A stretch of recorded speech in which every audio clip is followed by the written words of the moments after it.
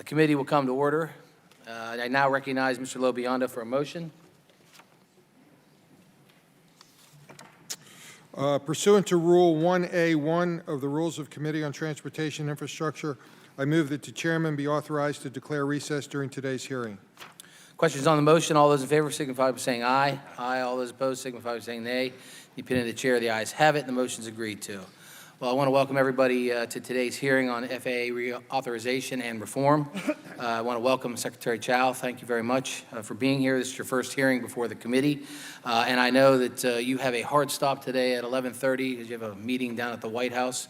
I know that the President has a number of stakeholders and continuing talking about infrastructure to the stakeholders and to the American people. So we will do our best to abide by that.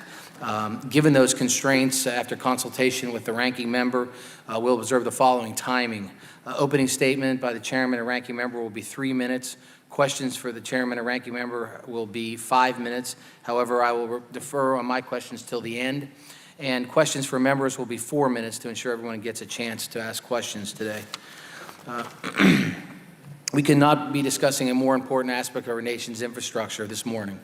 A long-term comprehensive FAA reauthorization and reform bill is critical to bringing our infrastructure into the 21st century. We've held a number of hearings on this year to prepare for an FAA bill, and getting your input about the administration's priorities is another critical step in that process.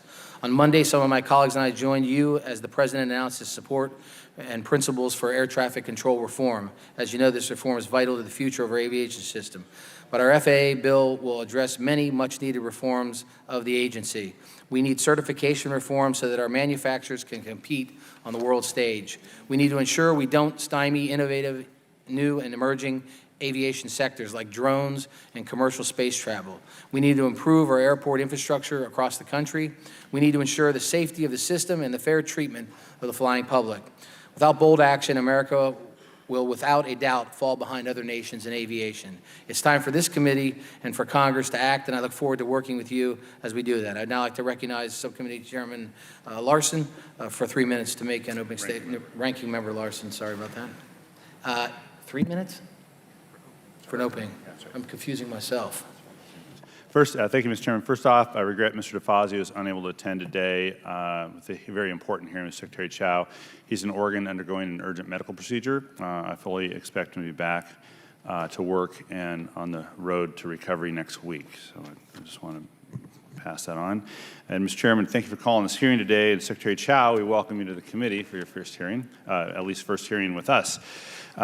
Yesterday, Ranking Member DeFazio and I were joined by every Democratic member of this committee in introducing H.R. 2800, the Aviation Funding Stability Act, which offers simple and narrowly tailored solutions to the challenges facing the air traffic control system. The bill provides a steady funding stream for aviation programs, improves the FAA's procurement and personnel systems, and amplifies the aviation stakeholders' voice in FAA management through the Management Advisory Council. Our bill fixes every problem identified by aviation system stakeholders and does not engage in the science experiment of air traffic control privatization, which will slow down rather than speed up NextGen implementation.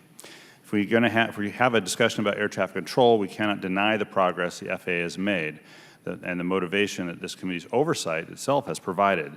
The FAA has rolled out Datacom in 56 of the busiest control towers nationwide and plans to deploy it en route to en route facilities in 2021. Electronic flight strips, a symbol of all that is supposedly wrong with the current system, come online in 2020 as part of a larger suite of automation, and the FAA has published over 8,000 performance-based navigation procedures. The FAA has completed a network of automatic dependent surveillance broadcast towers that will replace radar in 2020, and the list goes on. And a privatization bill will not come with a magic wand to accelerate these efforts, but the plan will not only freeze modernization programs in place, but also jeopardize enacting a long-term comprehensive FAA reauthorization bill that the industry and flying public rightly demand. Yesterday's Senate Commerce Committee hearing on privatization, Republican Senator Jerry Moran said that, quote, with the administration's support for this proposal, the odds of getting a long-term authorization are diminished, adding, quote, those two things, the spinoff and the long-term authorization, may be mutually exclusive. And in his closing remarks, Chairman Thune encouraged you, Secretary Chao, to find consensus among stakeholder communities because right now there are a whole lot of questions. An ever-growing list of stakeholders have registered objections. And Mr. Chairman, I just ask unanimous consent that the following items be entered today in the record, including public releases of 8 aviation stakeholders and labor groups expressing concern about privatization, Without objection, so ordered. as well as the statement by Ranking Member DeFazio. Without objection, so ordered. Federal unions, including PASS, which represent FAA safety inspectors and technicians, also objected to privatization, as well as 100 mayors. Secretary Chao, you stated during your confirmation that you wanted a national consensus on air traffic control privatization. This plan has not attracted consensus in 20 years. There does not seem to be consensus, and we want to hear from you how you plan to go about doing that. So with that, I want to thank you, Mr. Chairman, for holding today's hearing and look forward to hearing from witnesses. Thank you, gentlemen. And now recognize the chairman of the subcommittee, Mr. Lobiano, for a statement. Thank you, Mr. Chairman. I think we have a tremendous challenge, but a tremendous opportunity with the reauthorization bill. In order to ensure that the United States remains at the forefront of aviation innovation, technology, and most importantly, safety, it is imperative that we pass a multi-year bill. Critical to the FAA's modernization effort is the cutting-edge research and development done by the outstanding men and women of the Federal Aviation Administration's Technical Center located in my district. This is the premier aviation research and development center, and I have the honor of representing them. From pavement testing to lithium battery research, the work done at the Tech Center has developed and validated new technologies and have saved lives and makes our aviation system the safest in the world. Today, the unique labs at the Tech Center are focused on 21st century challenges such as UAS integration and cybersecurity efforts to protect the NAS. Our current construction of the Stockton Aviation Research and Technology Park, which is adjacent to the Tech Center, will complement those efforts, bringing private companies into direct and daily contact with the labs and the personnel at the Tech Center.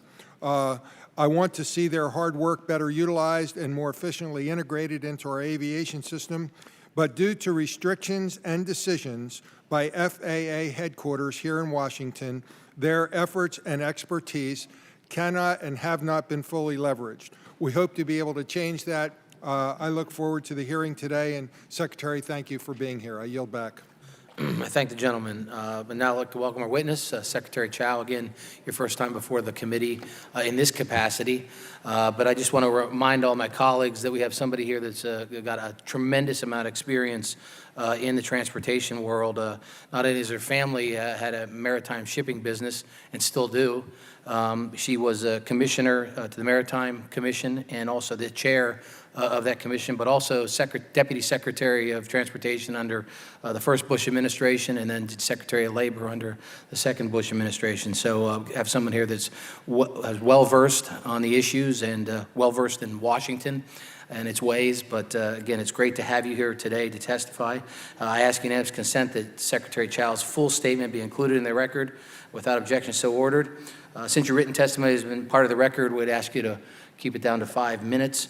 And with that, Secretary Chao, please proceed. Thank you very much, Chairman Schuster, Ranking Member DeFazio, who is not here today, and all the members of the committee.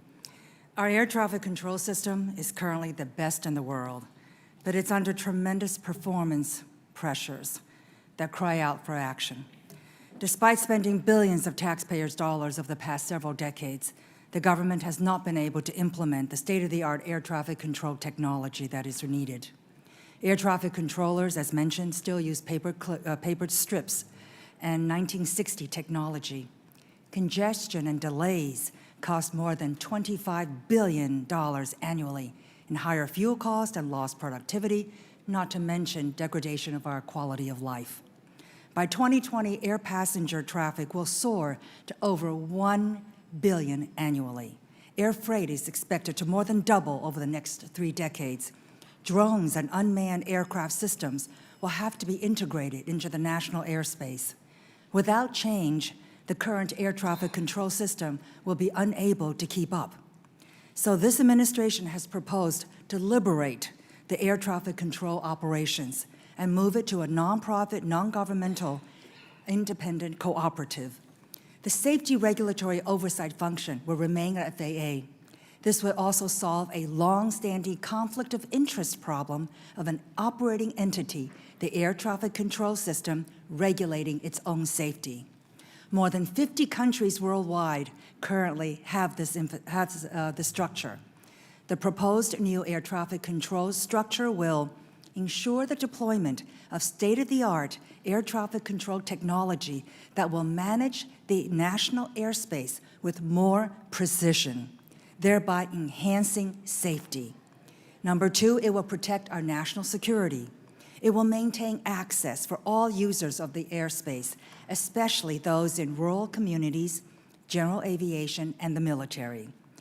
The new structure will also continue to ensure financial self-sufficiency through retention of all user fees and access to the public markets.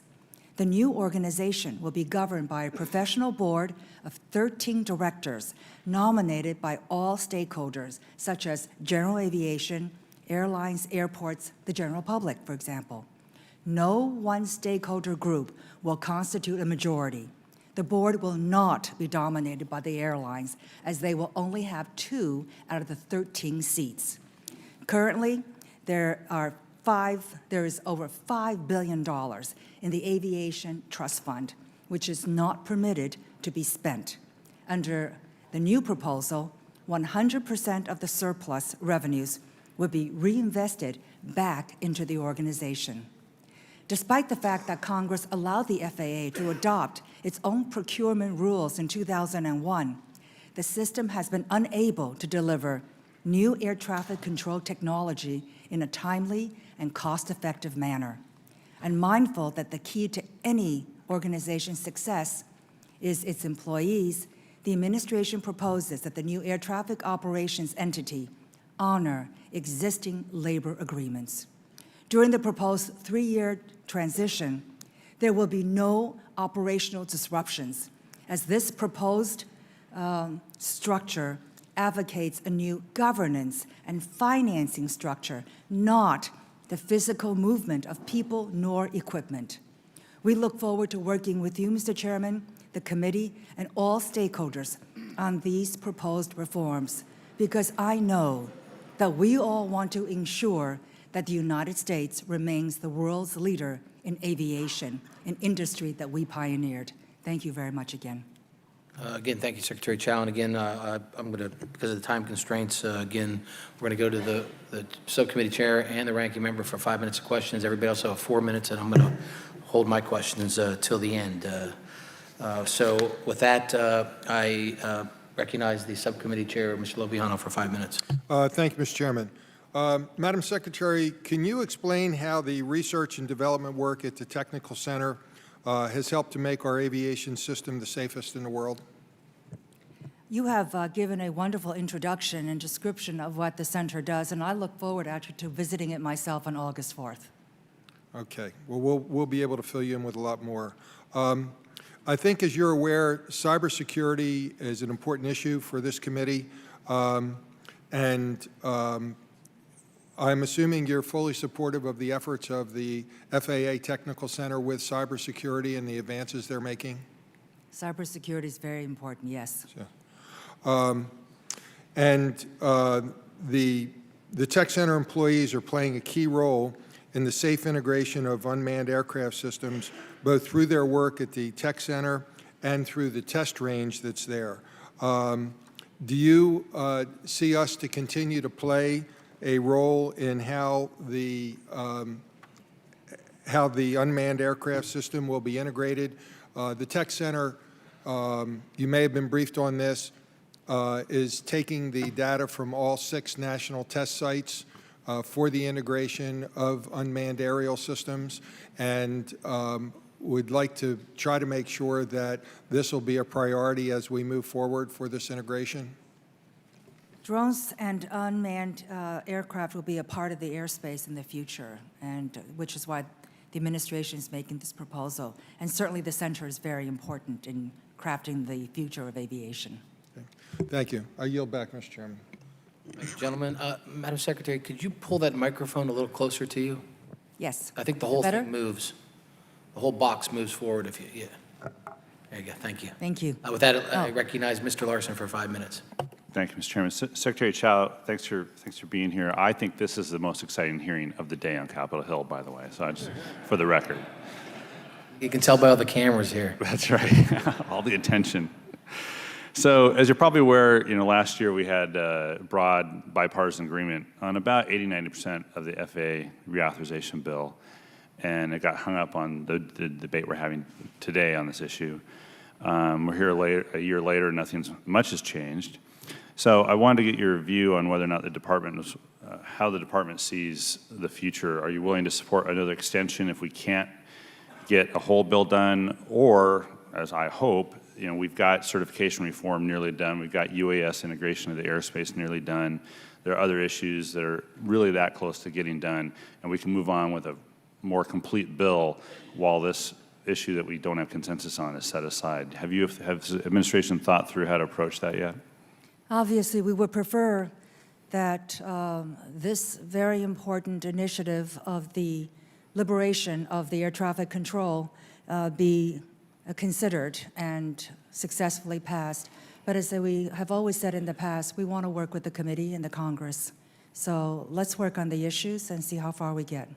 I just think that we're looking for victories on infrastructure. This is one where everybody could claim a victory if we can get past this hang-up. But thank you for that as well. So in the proposal, the administration is, as I understand it, plans to transfer all air traffic control assets to this not-for-profit, non-government corporation free of charge.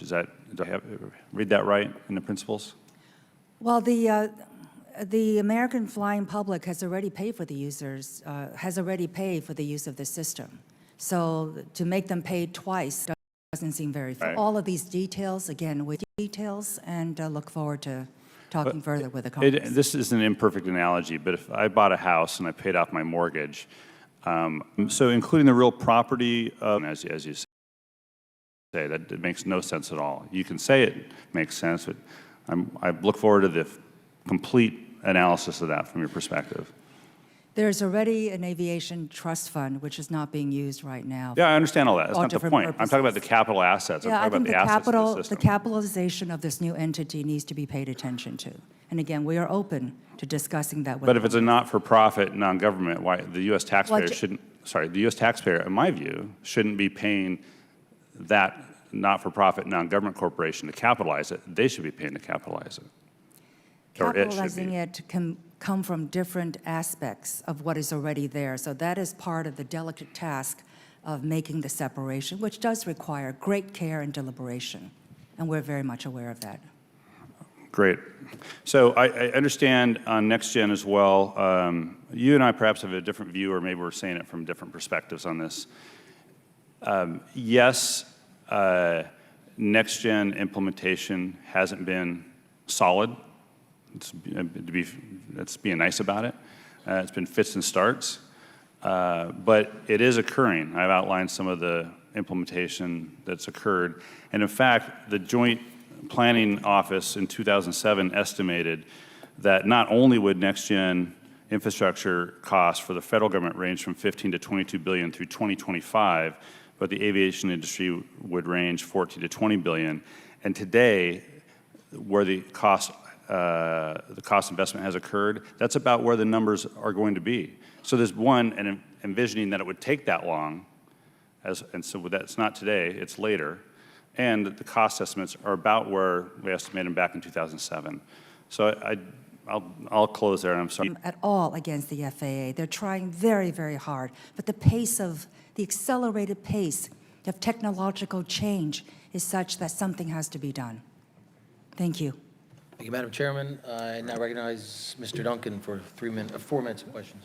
Thank you very much, Mr. Chairman. Madam Secretary, between 1995 and 2001, I chaired the Aviation Subcommittee for 6 years, and at the request of then Speaker Gingrich, the first hearings we held 3 days of hearings on the proposal by President Clinton to create an air traffic control corporation. At that time, almost every group was opposed to it.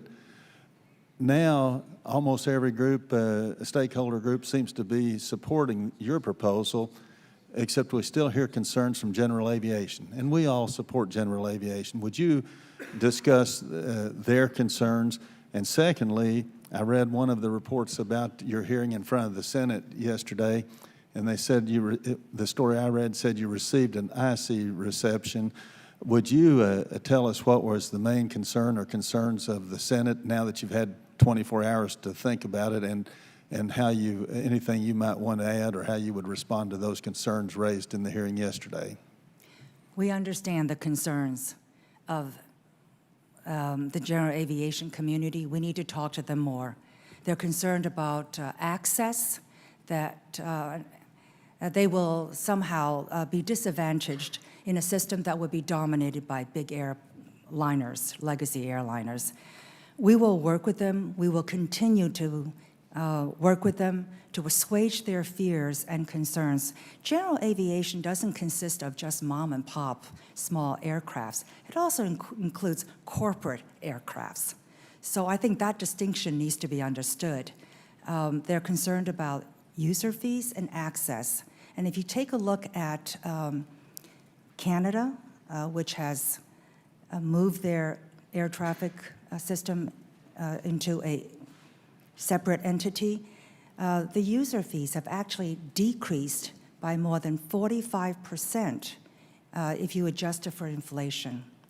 So we want to ensure that we want to work with their general aviation, assuage their concerns. I've met personally with both of their associations, and the White House has as well as members of our team here. We will continue to do so. But the fears, I think, are unfounded, and that's what we're trying to say. We also want to partner with them to address some of the issues. I understand that the chairman has been talking with some of the members of the committee who are representing general aviation concerns, and we hope that, we understand that some adjustments will be made. But the new entity will have a new board of about 13 people. General aviation will be represented on that board. Airlines will only have 2 out of the 13 seats. Anything you wish to add about points raised at the Senate yesterday? This is a big move. I can understand concerns. And so we pledge to continue to have outreach, as does the White House, on this issue. We're proceeding carefully, deliberatively. It's a big step, but we feel that after 30 years of debate, that I think our country is ready. I was Deputy Secretary of Transportation in 1989. Coming back to the Department of Transportation in 2017, I hear the same arguments and the same concerns expressed about the air traffic control system and the level of technology. So while progress is made, it's not fast enough in an accelerated environment where change is occurring so rapidly. Well, my time is up, but I notice the air traffic controllers are in favor, and I would like to ask Mr. Chairman unanimous consent to introduce to the record at this point the USA Today editorial endorsing this proposal. Thank you, gentlemen. Yes. Without objection, so ordered.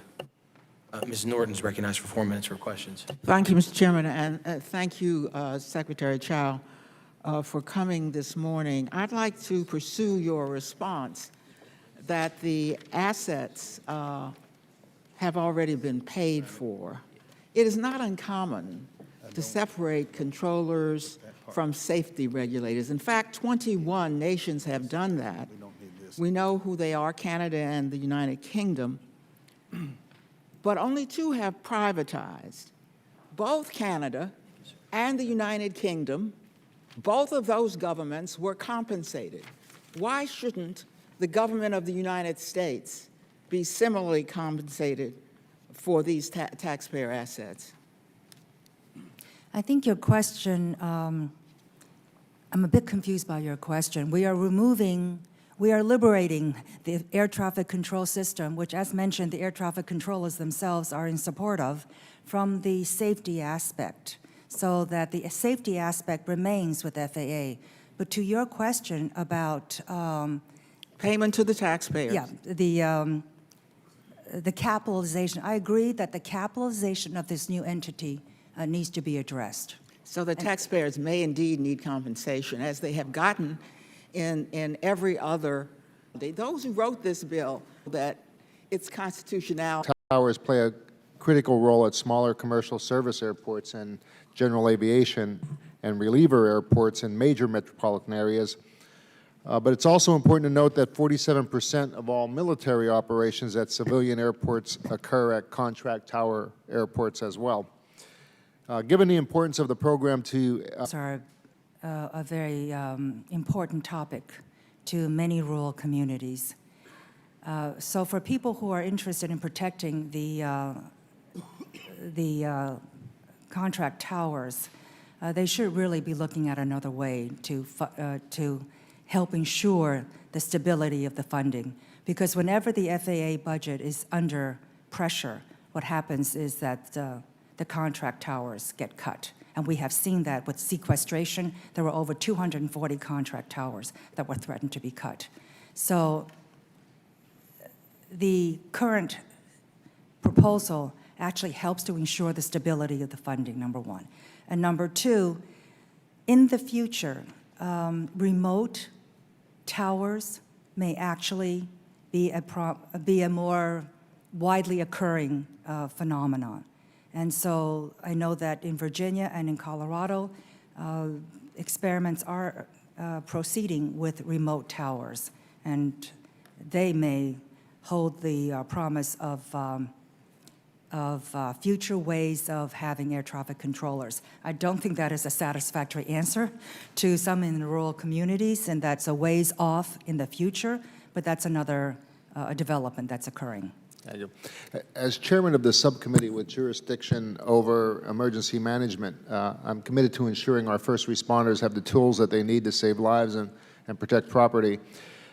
Section 2207 of last year's FAA extension bill required FAA to publish guidance for using unmanned aircraft systems in response to natural disasters, particularly for utility and infrastructure restoration efforts. Secretary Chao, what is the status of this guidance, and what is the FAA doing to work with the utility industry on emergency response preparation? It is determined that only the chairman of a committee or subcommittee of jurisdiction may exercise the oversight function of that committee.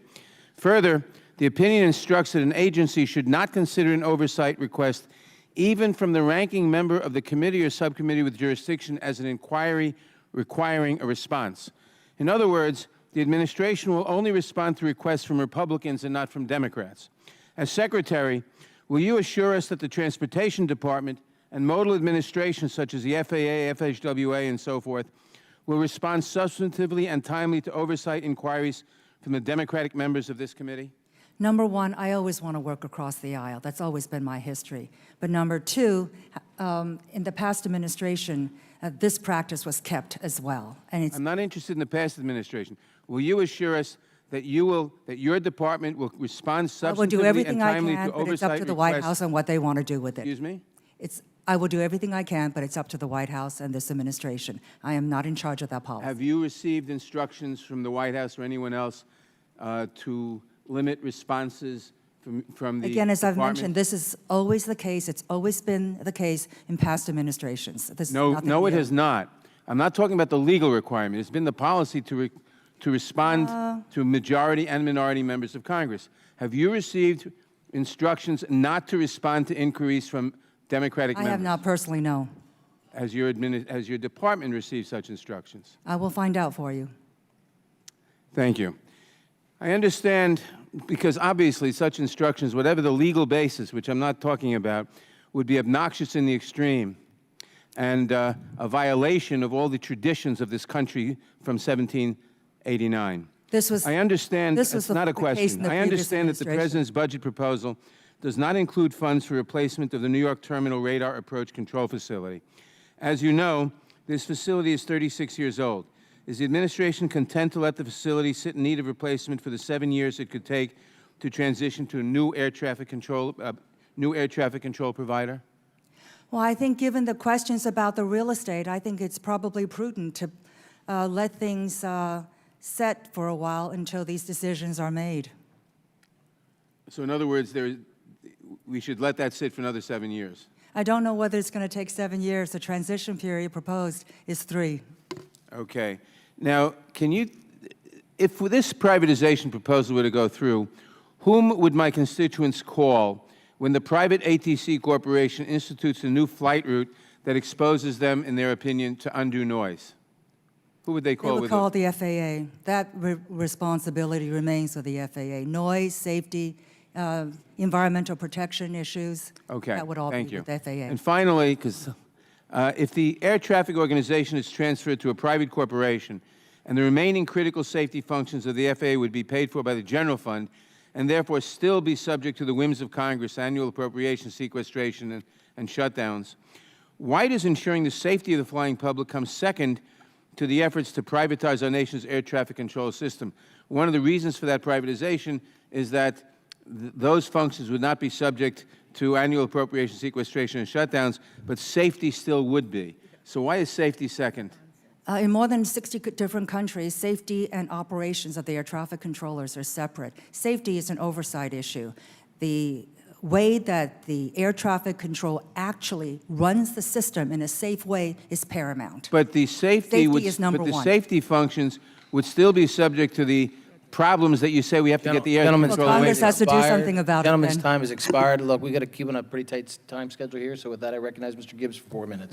Thank you, Chairman. Thank you, Secretary, for being here today, and thank you for your leadership and obviously your on short term as Secretary of Transportation, your grasp ability to grasp these issues is evident. You're catching on really quick and know what the challenges are. I want to talk a little bit about the. Obviously, there's a need to adopt this next-gen technology. I see it all the time when I fly into Reagan. If there's a hiccup somewhere in the Northeast, you can see what happens with the slowdowns and all those congestion issues. We talk about the $5 billion in the Aviation Trust Fund. Well, I guess my first part of my question is, this new entity would have the ability to capitalize, actually do bonding, where we can't really do now. I guess what I want to say is the issue, government seems to, one of my pet peeves has been government seems to live on depreciation. You know, they'll fund something, and then years later, decades later, when the assets, falling apart, then they come to Congress and say, we got to do this, got to do that. And not like private sector, we don't live, on depreciation. We expense that. So this new entity would be running like a private business where they could capitalize and do bonding authority and move this next-gen technology, implement it and get it going a lot faster. Would you comment on that, how that would function and how that $5 billion in the trust fund would interact with that? The Aviation Trust Fund has been having the surplus, and that obviously means that it took in more than it gave out. So we are basically funding this Aviation Trust Fund for non-aviation purposes.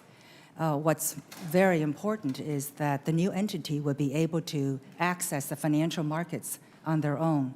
And with that, they'll be able to fund their own operations, and with user fees, combination of user fees and going to the markets, they would be able to manage their own financial needs and reinvest, most importantly, 100% of the monies that they have raised. Even though they're a nonprofit, you still have surplus revenues sometimes, or deficits, but the surplus revenues would be reinvested 100% into keeping the system, improving the system. And be able to adopt this new technology should be really Yes. more exponentially. And keep maintaining pace with and maintain it. technology. Now, the question that's been raised from my colleagues on the other side about paying for the, transferring assets, is really the question, some of the assets we're talking about are really outdated assets, that, like you said, has already been paid for because we're using this 1950s technology. But then the other issue, the real estate part of that asset. So maybe one of the issues to maybe address that would be like a 100-year lease, not just turn over all the real estate to the new entity? We are open to discussing all of these different ideas, and I should have brought that up, yes, because we understand that there is disagreement about this, so we hope to work with the Congress on that. It might be more palatable to the American public, not to say we're not turning over. It'd be like saying we're going to turn over their national parks to a private entity, and it's kind of the same thing. But I think the issue about being able to capitalize and have a private entity run this more like a business, we could adopt this technology in a really efficient, quick manner And like you said, we've been talking this for 30 years, and we just haven't been able to do it. And it's part of the reason is because I think it's the constraints, the way government runs, has to run. And I think you agree that the constraints are part of the problem here. That's why I use the word liberate. We have to liberate the air traffic control system. My time has run out, but thank you for being here, and thank you for your leadership. I yield back, Mr. Chairman. Thank the gentleman. Now recognize Ms. Johnson for 4 minutes for questions. Thank you very much, and welcome, Madam Secretary. I am never opposed to progress and know that technologies change, and perhaps we hold the responsibility for not keeping up. But in reviewing what we are considering, does interrupt the most safe aviation system in the world. And it might not be as up to par as the technology of which we are considering, but it has served us well. And from what I understand, we are going to let this go without compensation. And then who has the liability? The liabilities will be part of the whole capital structure, which is why the capital structure is open for discussion. But this entity needs to be capitalized properly. And on the issue of safety, we have the safest system in the world, but right now, it's not a precise system. So the air traffic controllers have to space the planes out with a larger distance between the planes to provide for the extra element of safety because the system is outdated. And when an airplane approaches the ground on landing, it has to go on a staircase path rather than a glide path, a smooth glide path. These are two examples of the technological change that are so desperately needed. The system is safe. We want to maintain its safety. We want to enhance its safety.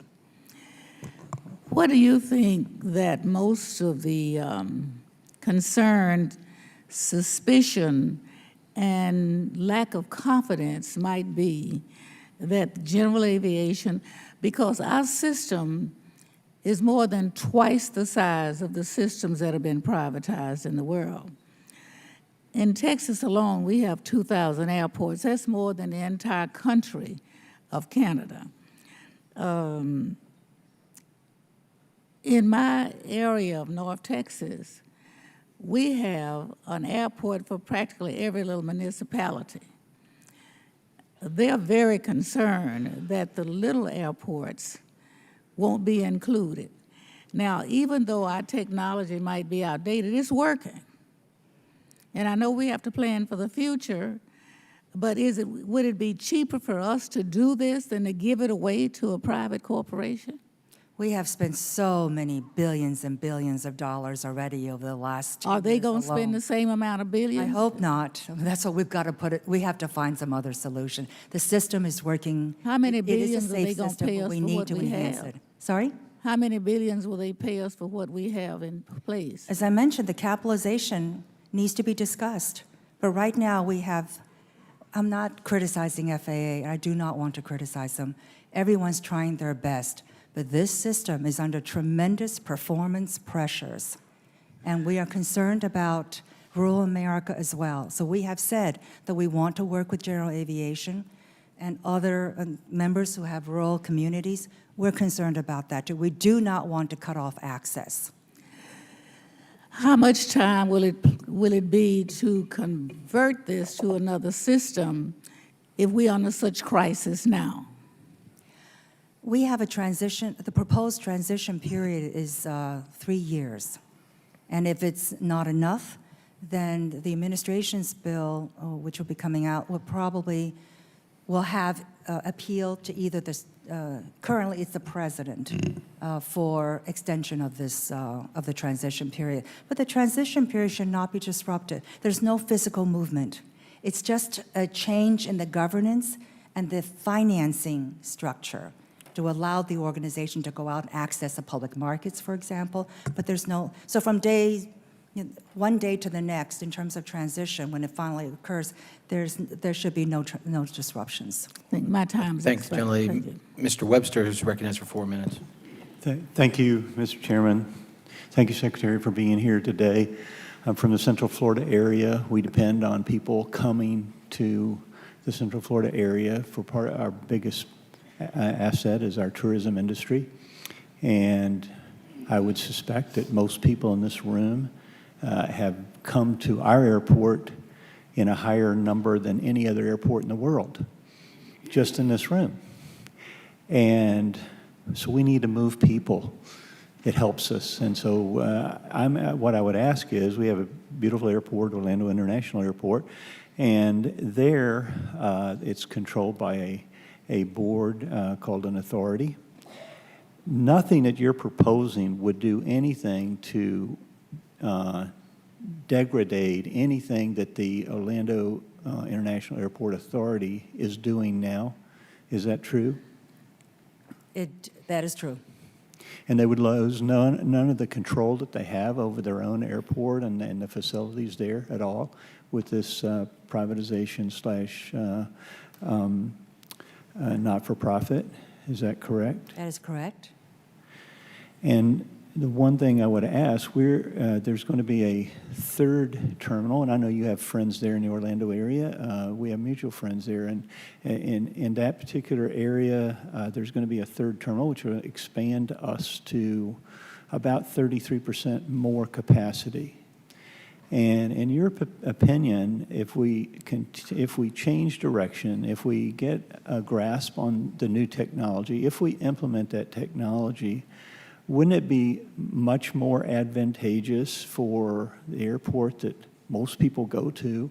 Wouldn't it be more advantageous to be able to get there in a swifter manner by using the technology that would be proposed and a swiftness of getting that all implemented? Don't you think that would be better for our tourism industry than sticking with the old system? It certainly would. That's my only questions. I yield back, Mr. Chairman. I thank the gentleman, and with that, recognize Mr. Lipinski for 4 minutes. Thank you, Mr. Chairman. I want to thank Secretary Chao. I want to thank you for your service. I want to follow up on something that Mr. Nadler had asked about. Noise issues around airports are big issues for many of us. For me in the Chicago area, it certainly is. In response to Mr. Nadler, you said if our constituents had an issue with noise around airports, that they could can still go to the FAA. But the President's statement on principles on ATC reform said the FAA's role would be limited to only safety considerations and that NEPA would not apply unless any changes exceed the FAA established noise threshold. So if that's the case, how can we be assured that the input of our constituents and of their representatives here will be given serious consideration in planning the routes in and out of airports? I don't see a contradiction with what the President's principle says. The FAA handles the noise, and if there are considerations of the noise, it would have to be in alignment with FAA. But he said the FAA's role would be limited to only safety considerations. Only safety, not to nuisance, but only safety unless... Maybe we should clarify that, but it's noise, it's NEPA.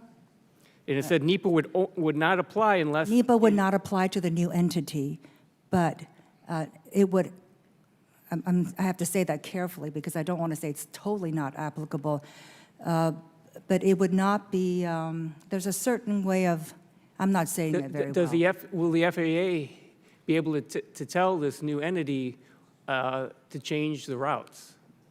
Because they're still in charge of the regulatory aspects of it. So that would be a consultative, community-wide effort that would include the FAA, That's for certainly example. not what seems to be suggested in what the President said. So we really have to look at the details and see how the FAA would still have that authority.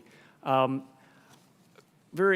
quick question on the air traffic control. After Canada privatized its air traffic control system, NAV Canada changed employees' retirement plan from defined benefit to a much less generous defined contribution plan. under the Trump privatization plan, can the board change the retirement plans of existing or new employees? No, the administration's proposal would preserve and honor all the existing labor agreements. Yeah, but moving forward, can things be changed? And for new employees, could it be changed then, presumably? They would have the right to obviously consult and negotiate with the new management. If Air traffic control has signed on, they are actually in favor of it. One last question here. Another subject, but I think it's very important. The Fast Lane Grant Program was created in the FAST Act. It's critical to certainly my district, my region, the Chicago region, and it's designed to provide investment in the regional and national significance projects, exactly what the President has talked about, where federal funding should be targeted. In the Chicago area, the Chicago Region Environmental and Transportation Efficiency Program, or CREATE, is a public-private partnerships, including the railroads, that will improve the efficiency of the national freight movement. Again, this seems to fit exactly with what the President is talking about, where federal investment should go. Now, in November of 2016, Illinois Department of Transportation and others put in applications for fast lane grants. None of those were, there's no money that was given out there. Does DOT plan to issue all of the fiscal year 17 authorized amounts? Yes, we do. We have just gotten in, obviously, into office, and we were reviewing those fast lane grants. Gentleman's time has expired. Yes. Gentleman's time has expired. Thank you. With that, I recognize Mr. Massey. Thank you, Mr. Chairman, and thank you, Secretary Chao, for coming to testify today in our hearing. These are exciting times for congressmen who've chosen to be on the Transportation Committee to have a president who makes this an initiative. I want to talk about the ATC corporatization. The president's plan is remarkable in that it's very similar to the House plan that was in our committee last Congress, but it's also got some improvements, I think, and I want to ask you about one of those, which is the composition of the board.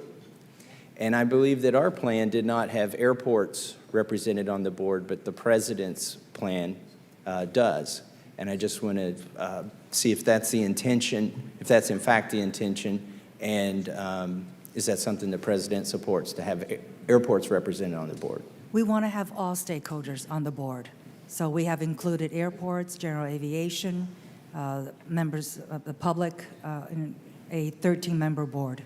That's wonderful. I think that's an improvement, and I think that's a necessary condition for moving this proposal forward, is to make sure that all the stakeholders, general aviation particularly, and airports are represented.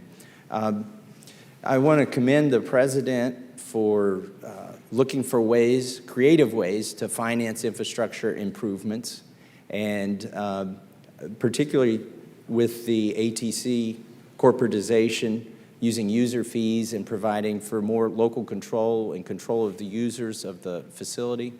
I want to talk briefly, though, about an initiative that the ranking member and I have proposed, which is to extend to airports the same flexibility and local control that we're talking about with air traffic control, so that the airports can be more responsive. There are billions of dollars of delayed infrastructure improvements at airports. And rather than have them rely on the federal government for more grants, which would require us to raise more taxes, our proposal is to allow the airports to raise their passenger facility charge. In fact, just to get rid of the cap. Right now they are capped, their user fee. Can you comment on that? And right now the cap is at $450. Can you comment on whether the president or yourself might support something like that?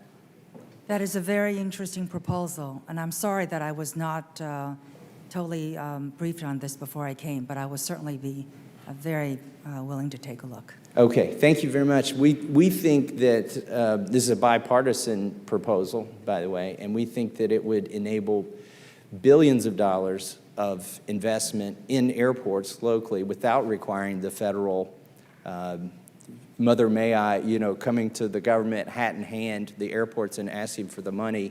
and it would also allow them to prioritize which projects are most important to them. But there would also be constraints on the money that they raise from the passenger facility charge, which, by the way, is a true user fee.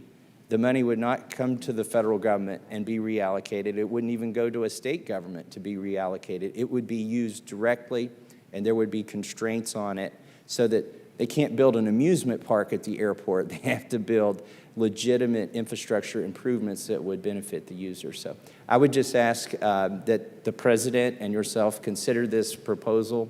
It may be a way to add billions of dollars more in infrastructure improvement without raising a single penny of taxes. So thank you very much. Thank you, Madam Secretary. I yield back. Thank the gentleman. Mr. Garamundi is recognized for 4 minutes.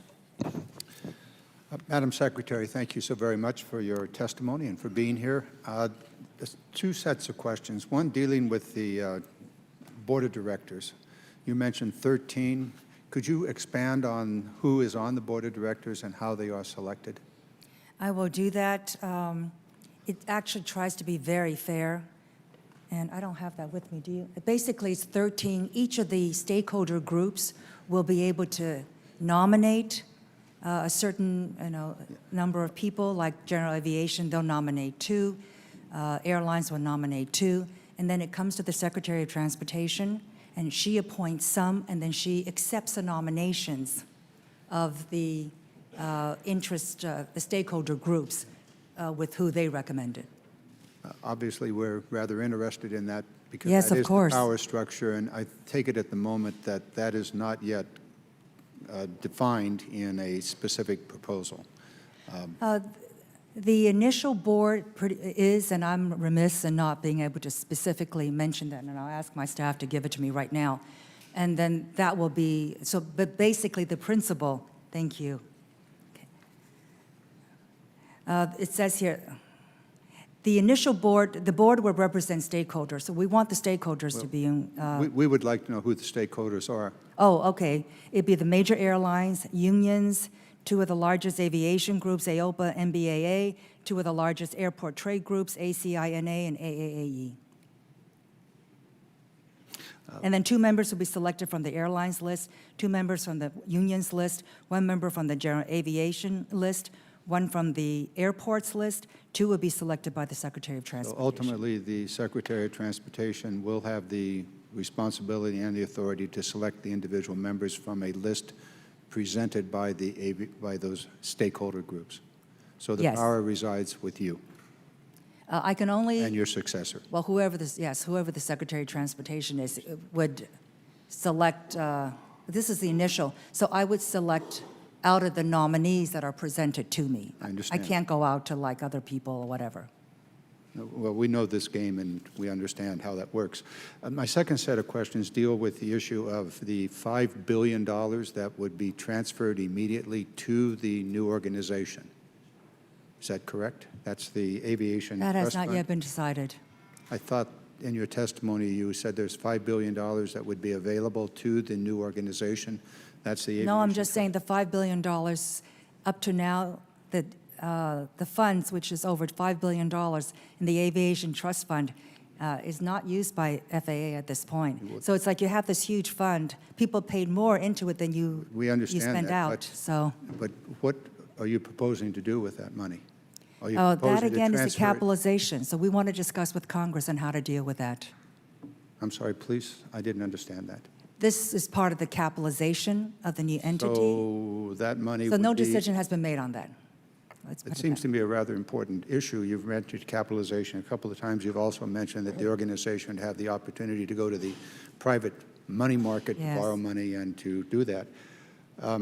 But is it the intention of this legislation to transfer the $5 billion, actually it's $6.7 billion, and the administration in its budget proposes to increase the fund, that is the unspent portion of the fund, by another $5 billion, so it would be like $11.7 billion in that fund. That is not my understanding. It's in the And budget. I will be It's more in the than glad to go president's into it budget. and It is take in the another look. president's budget. But we But knew my this was point going to here be a is- tricky issue, so we wanted to discuss it with Well, Congress. what I'm trying to understand is the capitalization of this new organization.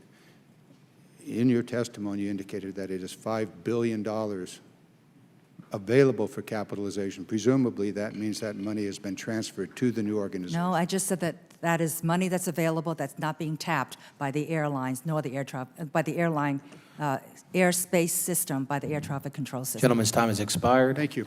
And with Thank that, you. I recognize Chairman Young. Thank you, and thank you, Mr. Chairman. And the reason I'm getting recognized, I said only do 2 minutes, so keep that in mind. Thank you so much. Thank you, Mr. Madam Chairman. Secretary, for being here. You know, I'm listening with interest, and we appreciate your testimony. I've read it, and one thing I can say for all the rest of my friends here, that we have to pass the law before she has to implement it. That's something that's very important, how we write the law, and I'm going to suggest, Mr. Chairman, that we just tweak it a little bit. It says that there is no, the Secretary does not have the authority to promulgate regulations. If it's wrong, bring it back to us, Madam Secretary. I think that's very, very important, to stop the regulations. As you know, in the Senate hearing yesterday, my 2 senators asked you, and it's something dear to us, so, and I don't think you can answer. It's up to us. It's essential air. We don't have highways, and essential air is crucially important. It's funded by overflights, and I'm hoping with the help of the chairman, we have some understanding, because all due respects to my other friends on this committee, is 80% of my people are served by air. Yeah. None of you are served that way. You have an alternative source of transportation. So, Madam Secretary, I just encourage you to help us if this bill is to be written correctly, but recognize there's some very special interests in this area, and I say special because we represent our people. And I'm not about to sit down and watch a bill that takes away the ability to bring groceries into my villages, and that's essential air. So with that, Mr. Chairman, I'll yield back the balance of my time, and I did not use 2 minutes. Thank the gentleman. I appreciate that greatly. With that, I recognize Mr. Johnson from Georgia. Thank you, Mr. Chairman, and thank you for being here today. I want to point you to the fact that NAV Canada, which is a nonprofit privatized air traffic control system, paid their CEO $3.2 million in total compensation in 2016. Are you aware of that? I'm not aware of that, but it's a private entity. It's non-governmental. It's nonprofit. So the one that you're proposing today would be private, nonprofit. Would it also pay salaries? That depends on the board. The board is represented by all these stakeholders, including those who are probably general aviation and some others who are not totally on board. So it would be up to them. Well, you stated also that the Canada system,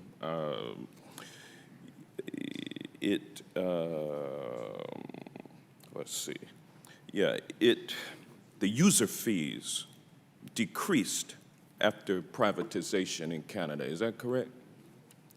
I've been told that the NAV Canada user fees decreased by more than 40%. Then the taxes that they would have raised under that scenario, yes. And you also stated that capitalization, you stated in your testimony today, capitalization for the air traffic control system in Canada capitalizes its functions by borrowing on Wall Street? This new entity would have the ability to access the capital markets if they so choose. And this would replace direct federal revenues coming to... User fees would replace the revenue coming from the general treasury. But the it would be user fees. User fees have come down, but salaries have gone up. Good management. It's management. It's management, and it's coming out from under the constraints of a federal government structure. So now in your testimony, you're saying that every day the dedicated men and women of the FAA, and I'm quoting you, safely and efficiently separate and guide thousands of aircraft carrying millions of passengers and tons of cargo to destinations around the country. Now, you're not in any way saying that it's their fault that the challenges that exist for the FAA No, I'm right not, now. not at all. What I'm saying You're is, not pointing the finger at the employees, and it's like no, no, no, I'm not saying that at all. It's like In fact, the air 45, traffic, and you have like 45,000 FAA employees, and you got, please don't put words in my mouth. I never said that. well, that's, you have No, about I have it. always complimented the FAA and their employees. Okay, Yeah. but you do have about 45,000 FAA. There are 44,000, about 45,000. The department has about 55,000 employees. And about 44,000 are from FAA, 34,000 are from the air traffic control, about 14,000 air traffic controllers. And the And air you- traffic, and you they're all polled- working very hard. But you've not polled your other FAA employees, other than the air traffic controllers, to determine whether or not they support privatization. The air traffic control union is the one that represents the air traffic But your other controllers. employees have And they not are weighed very in. much a part of the new plan. So their consent and agreement is very, very key. Well, your other employees are stakeholders also, but they have not been polled on that issue, correct? This issue has been talked about for Gentleman's 30 time has years. expired. All right, thank you. With that, I recognize Mr. Mitchell for questions. Thank you, Mr. Chair. Thank you, Madam Secretary, for being here. You know, I find unique, after 35 years in private business, that when we talk about assets in the federal government, they talk about what they spent as if those assets are still as valuable as they were 50 years ago. So let me take some of the examples you've had and ask you a question. I built a really nice house 50 years ago. It's cool. It's got nice appliances. Problem is, I let people come in and dump garbage in the back too, a little bit of oil, and now I have a brownfield, and the appliances are old. Do you want to buy my 50-year-old house for what I paid for it 50 years ago? I don't think so. Exactly the problem we have. I've seen a study that shows that the property on which the FAA facility said is about a $1 billion liability due to environmental and other concerns. Is there an update to that number? Do you know if there's any change in that number? Is you or staff aware? I don't. That's the number I've seen. If your staff have a different number, the committee would appreciate it. So on top of transferring these, quote, assets, end quote, we also have a liability. There's not a net value. Do you have an estimate of the average age of equipment in these FAA towers and centers? What's the range of the age of this equipment? I think a general statement could be that they are old. I think they certainly are. In fact, I'm confident, having seen towers and having some private aircraft of my own, I have better instrumentation in my aircraft than I have at hand than I have in the towers that are trying to do air traffic control by far. Yet we value them as some version of an asset. In fact, from what I can tell, most of it doesn't have scrap value. Yet somehow we're talking about transferring an asset. I'm confused by it, continue to be confused, because again, I'm from private business, and an asset is only what it's worth in the market today, or what value it can bring to the operation, and not what we paid for it before. Quick question for you, especially given your family's background in terms of business.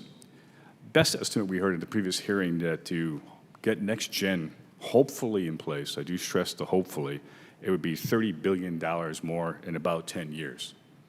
Now, do you know of any business, any entity that would invest in $30 billion and hope to get something done? It's a big amount of money. It's worth it if we can get results. Only if we get results. Only if someone's on the hook for those results, right? Otherwise, we just threw more money down a rat hole, in my opinion. We have spent a great deal of money We have already. a huge amount of money. And I think that's the rationale why, and I have to say this, I own private aircraft, I fly GA, and I support transitioning this because we can't continue to invest more money in a system on the hope that we'll get NextGen. We can't invest more money in a system that when we call the tower about storms, they ask us where we want to go because we've got better radar for identifying storms than they do in the tower, and they say, tell us where you want to go. That is not the system we all hope to have going forward. So I'll support it, support the chairman. And one other point to make before I run out of time, I will not support the idea that we just continue doing what we're doing and do this in pieces. We're going to, this Congress, I will work with the chairman to make sure that we in fact do complete transition of air traffic control so we can get this done. We can't keep throwing money at it. Thank you, Mr. Chair. I'll yield back. Thank the gentleman. Mr. Carson's recognized for 4 minutes. Thank you, Chairman, and thank you, Madam Secretary. Purdue University and other institutions in the great Hoosier state of Indiana have a strong tradition of training aviation professionals, including air traffic controllers. FAA's changes in hiring procedures for these collegiate training initiatives have recently made it harder for graduates in these programs to be hired. Programs in Indiana have expressed deep concerns about FAA's changes. What was that FAA's intent? And secondly, if not, what is being done to address this concern? I'm not very familiar with this issue, so let me get an answer for you. Okay.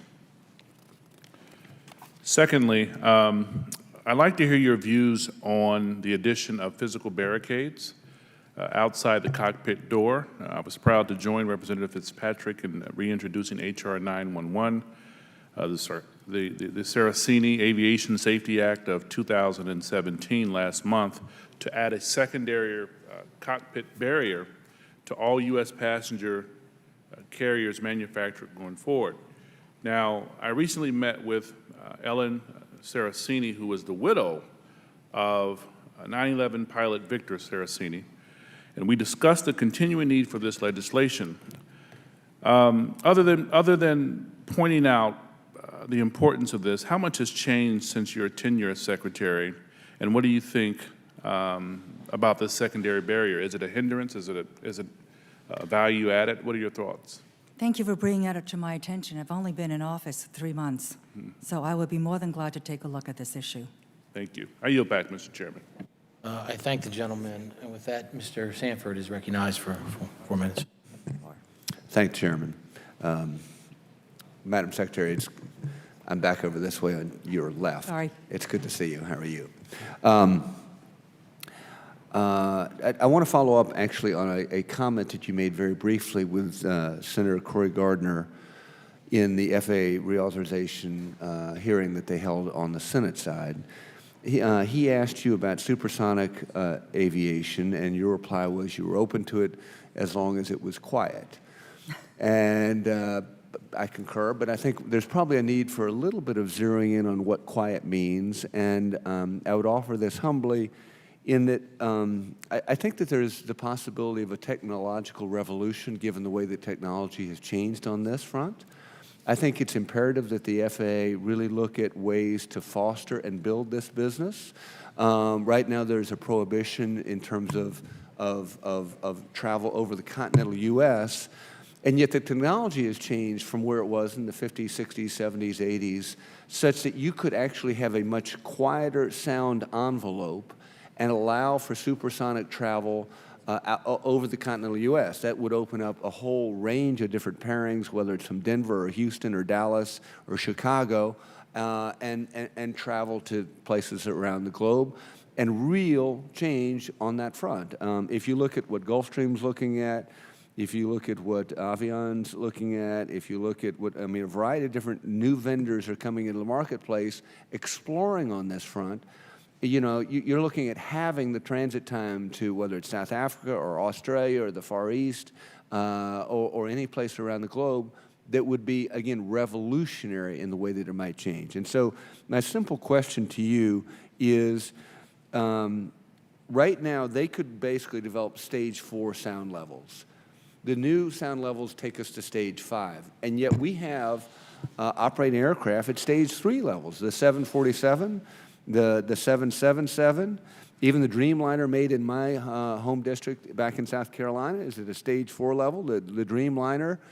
They could be at that level, and I would ask you to really vigorously look at ways of opening up a different standard for supersonic, because it is not the same plane as subsonic that would be economically reasonable, technologically practical, and practical to these new vendors. Thoughts on that front?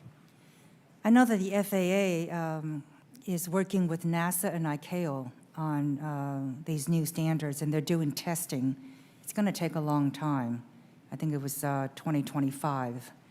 Let me see what I can find out about this and whether that can be expedited. I don't know what the... 2025 just seems like a glacial pace. If we're talking about the kind of change that could be open in the marketplace, if we were moving on a much more expedited basis. And I think one of the keys to differentiate subsonic from supersonic on this particular front. You make a very good point. As I mentioned, NASA, FAA is working on it with NASA and according to ICAO standards. And let me have, if you're interested, if your office is interested, We have are. someone, the FAA, kind of keep you up, give you a little briefing for me as well. I would appreciate And then keep you informed on the Yes, progress. ma'am. Thank you so much. I yield back the balance of my time, Mr. Chairman. I thank the gentleman. Now recognize Ms. Titus for 4 minutes. Thank you, Mr. Chairman. Madam Secretary, earlier this week, the President gave a rather bizarre assessment of the FAA. It was a very theatrical moment. I was pretty appalled by some of the things he said, and you stood right there next to him. And yet what we're hearing from you today is a little different. So I'd like to go back over some of the things and see who we should believe. The President said that the system was a total failure and that the leadership overseeing it didn't know what the hell they were doing. Now, I find this offensive to the hardworking people at the FAA and to Mr. Huerta, and wonder what Mr. Huerta's future is there at the FAA if you think he doesn't know what the hell he's doing. The President went on to say that our air traffic control system is a horrible system that doesn't work. These are all quotes. You've said it's safe. What do I say to all those travelers who are coming to Las Vegas? We are on protecting their airplanes? safety, and those are not my words. So I wonder, who do I believe? Do I believe the President when he says it's a horrible system and they don't know what the hell they are doing? Or do I believe you sitting here telling me, well, the FAA is doing a good job? I believe that the FAA is doing a good job. So the President's They are wrong. doing the best that they can under very trying circumstances. I commend the performance of the air traffic controllers and the men and women of the FAA. So you think the President doesn't know what he's talking about? You heard the President. You have relayed his words. And they're contrary to you, and you are his secretary. I have told you what I thought about the FAA. I admire the FAA, the hardworking men and women, and also the very good job that they're doing. They're trying very hard in a very difficult circumstance, and that is why the air traffic controllers are open and supportive of a move into a nonprofit, separate organization so they can have more freedom. I'm sure Mr. Huerta is glad to know that you think he does know what the hell he's doing over there. Mr. Huerta and I are Another good more friends. specific question I'd like to ask you about. In the FAST Act, I was able to get an amendment to that bill that created the National Advisory Committee on Travel and Tourism Infrastructure, and that committee was appointed. It's to advise you. They're to meet periodically. It's to talk about how tourism, which contributes $2.3 trillion to our economy, can be integrated with infrastructure. Those meetings have now been canceled for this year. They've not heard anything from your office. Are you going to continue with this? I just met with the U.S. Tourism Association. I met with the whole group. I just met with them. I think that's wonderful, but did you talk about that commission that was created, or are you going to I have continue over 1,000 commissions. I'm slowly trying to understand what boards and commissions are in the Department of Transportation. That's great, but you canceled the meeting, so somebody knows they're there. Well, they're only myself and until recently just the deputy secretary, so I don't know what happened. Well, will Could have you been the commit career to folks us who to at I least don't know looking who I don't know into who it and canceled it. perhaps scheduling a meeting of that commission? Since you don't know anything about it, I will look maybe you into could it. find I out just something met about with it. this. I just met with the No, U.S. you met with Tourism no, you didn't meet with the Association commission. and all You the met major with players. no, you didn't meet with the commission. Those meetings have been canceled. I will look into it for you. Thank you very much. You're welcome. Thank you, gentlelady. I now yield to the gentleman from California, Mr. Denham, for 4 minutes. Thank you, Mr. Chairman. Madam Secretary, let me start by asking a question a little bit differently than it's ever been asked before, at least I've heard from this committee. A lot of talk recently about climate change, and yet I've heard very little as far as aviation and FAA on the reduction in carbon around this bill. The estimates I've seen is not only would there be a savings for all of our airlines and aircraft of about 15 to 20% in fuel and efficiencies that would be picked up, but also the carbon footprint, the amount of emissions that would go along with that. So we would anticipate about, the numbers I've seen, about 15% reduction in emissions. I wonder if you could comment to that piece of it. That is an issue that I do not know very much about. So I will take a look and respond back to you on that. But you would agree that the efficiencies that would be created under this bill, we've seen both Well, on... the congestion and delays are just eating up extra fuel. And when a plane is circling unnecessarily, or if a plane is circling for a certain amount of time, it's burning up fuel, and it's not helping the environment, and it is very inefficient, and it's not great for the passengers either. As well, I fly back to California every week, and I spend a lot of time sitting on runways waiting to get slotted. That's also a great deal of we circle around airports when we get there, but we also sit on the tarmac for a great deal of time with the engines running, waiting to get into that pattern as well. That's not good for the environment. Nope. A benefit of this proposal with efficiencies, also on the airport infrastructure side, what are some of the anticipated savings that this proposal, just on enhancing the ATC, the airport infrastructure in each of our airports across the country? Savings itself under this bill? I think the a liberated air traffic control system will be able to be more able to manage its own resources and its own operations.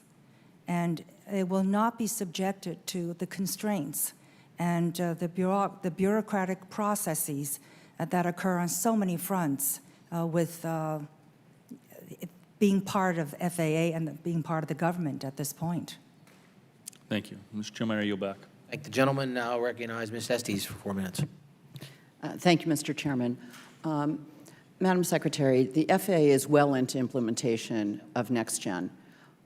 Wouldn't it seem inherent, given that this new private entity would have to coordinate with the remains of FAA, that that process of separation, when we are well into this, would in of itself cause some delays? I mean, you're talking about I liberating... do not believe so. And, no. and what basis do you have for believing it wouldn't cause? Because those improvements will continue on to the new entity. But the new entity will be freed from all the bureaucratic and lengthy processes, procurement processes, which still plague the process. When you talk about NextGen improvements, they have been going on for 30 years. So if we were to say, oh, let's wait and let's get this project finished, which is what we have been saying for 30 years. Well, we have the airlines themselves have only equipped 20% of their flight equipment. So is that the FAA's fault, or is that the airlines? Because the airlines are going to have a bigger seat at the table under this proposal, and you would not They're have not. wanted... They're not having a larger seat. They have 2 out of 13. It's not a larger seat. The public, I have to tell you, the public is not very convinced right now. If you had been sitting in this chamber, in this room... I understand that. I understand not very that. long ago, the public is highly suspicious of removing and having a separate entity. And I will tell you that because I'm hearing that at home. I hear no clamor at home saying, gee, let's put this in a private separate entity. The issues you're addressing are ones of needing to streamline, improve procurement, and frankly have consistent funding. That is a matter of whether Congress functions, and I would say with all due respect, that is a function of the majority which is controlling funding to do appropriate funding. And that's an imperative, that's a political imperative. So to say we're just going to take it out and form a new entity, because we, frankly, and we now have a single party in control of all branches, that we can't agree on how to appropriately fund the FAA gives me concern. I was in California visiting my mother last week who has Alzheimer's. I was meeting with folks in Silicon Valley and elsewhere who are concerned that this effort to bifurcate FAA is going to, on top of things, mean it is likely to get underfunded, continue to be underfunded, at the same time that we have important initiatives on UAS, on drones, and on commercial spaceflight in part because the commercial space entity is essential for internet connectivity for this country.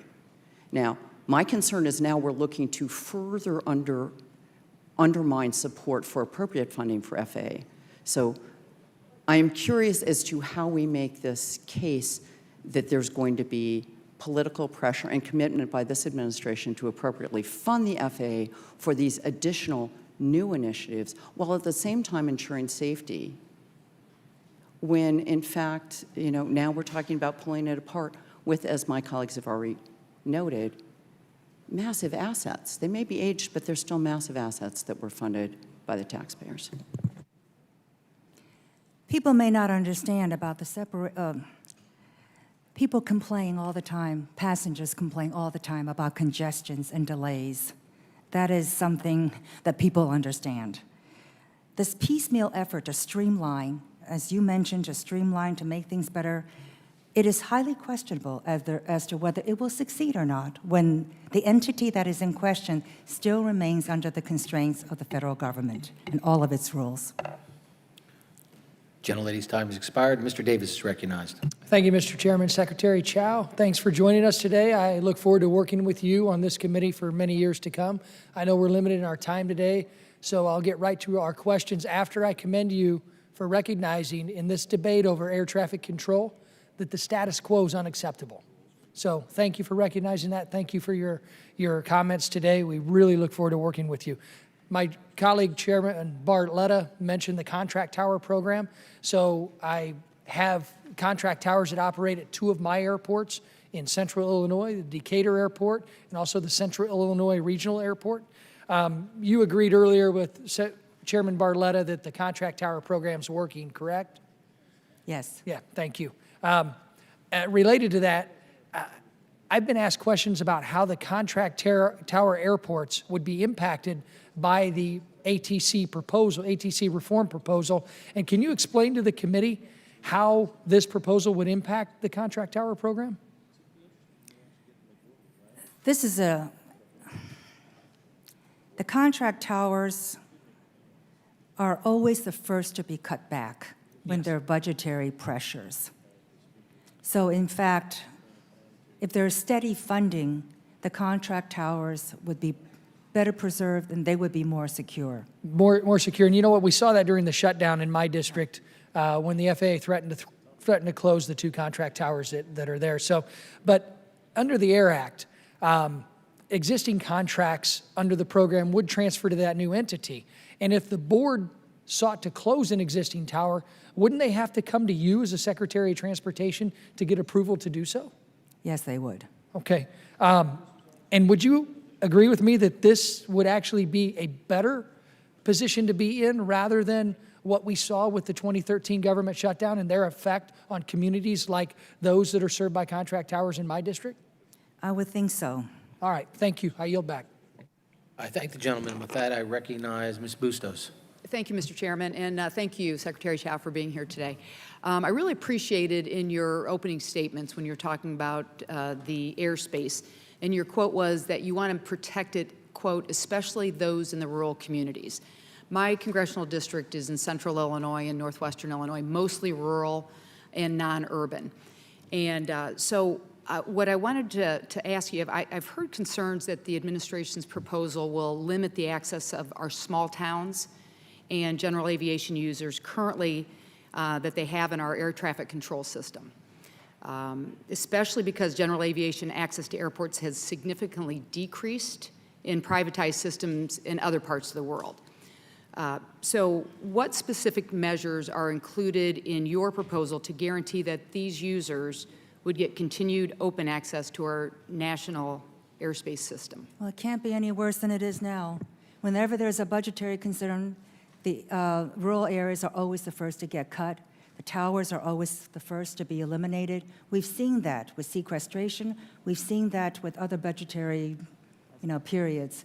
The intent is we want to preserve access by general aviation and by rural America.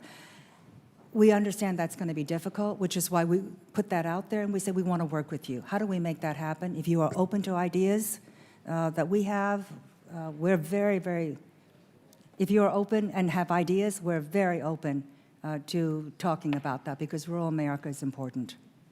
Thank you. One of the airports in my congressional district is called the Chicago-Rockford International Airport, and it's only 70 miles from O'Hare, which is one of the busiest airports in the world, as you know. A major economic driver there is actually cargo. It's one of the top 20 cargo airports in the nation. So do you believe a private air traffic control board will have an incentive to prioritize flights out of O'Hare in the airspace rather than allow flights from Rockford to take off, again, 70 miles away? And would communities like Rockford, the one that I just described, have any protections in that kind of circumstance under your plan? In broad terms, yes. Specifics, no. So that's where we're open to working with Congress on this. Okay, can you drill down on that? I'm not sure if I understand. We would like to preserve it, and if you have ideas, we're more than glad to entertain it.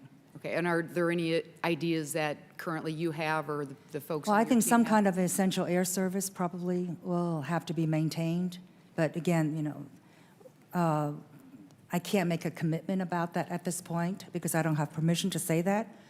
But rural America overall is an important aspect. We were thinking about putting a separate title or something, but we're, again, open to discussion about that. Okay.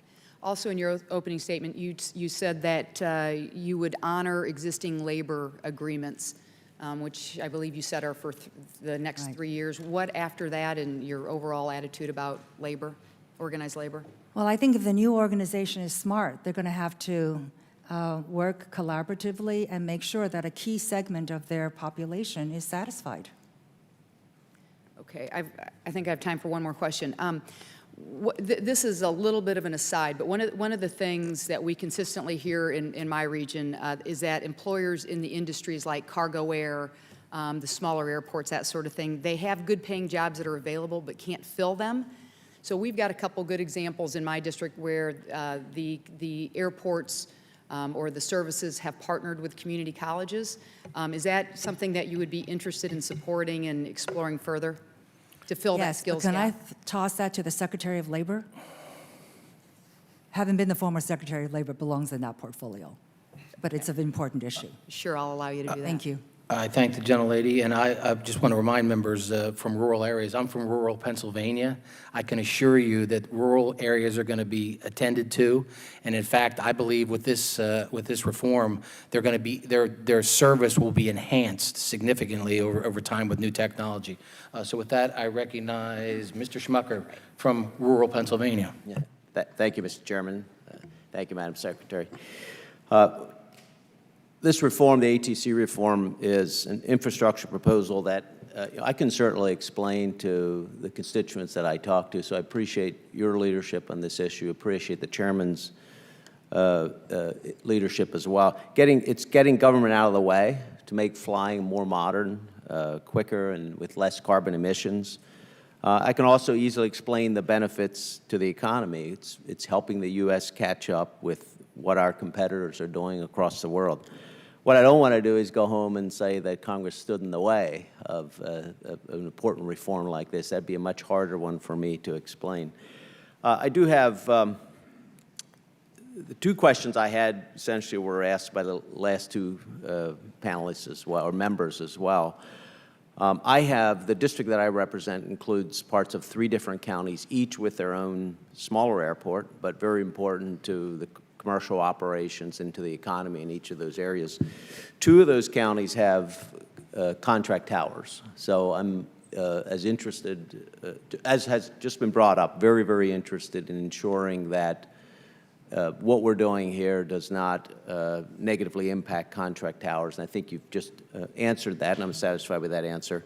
One of the airports, Chester County Airport, does not have a tower currently and is in the process of asking for, wants to build a tower there. So I guess for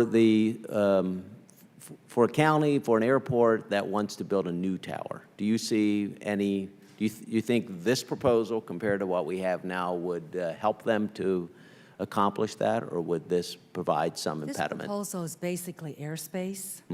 So I think new asset, something on the ground would not be handled by this. Yeah, but you'd said this proposal would potentially help existing contract towers because they're often the first ones to be cut. Yes. So for the establishment of a new one, do you think it would have the same impact? That is a good question. So I'll have to get an answer for you on that. Yeah, and again, the issue of access to rural areas is one that is important in each of those counties as well. I think you've answered that, but I just want to emphasize as well that it's very important for us to ensure that that access is available, and look forward to continuing to work with you on this proposal. Thank you. Thank you. I thank the gentleman. Now recognize Ms. Frankel. Thank you. And thank you, Madam Secretary. It's very nice to have you here, and I really appreciate your demeanor, and when you need to get more information, you're letting us know that. So thank you for that. So what I've heard so far today that I think we all agree on is that right now we have the world's safest air traffic system, that modernization is possible, although it seems to be new ideas every day, and we would like the progress to go quicker.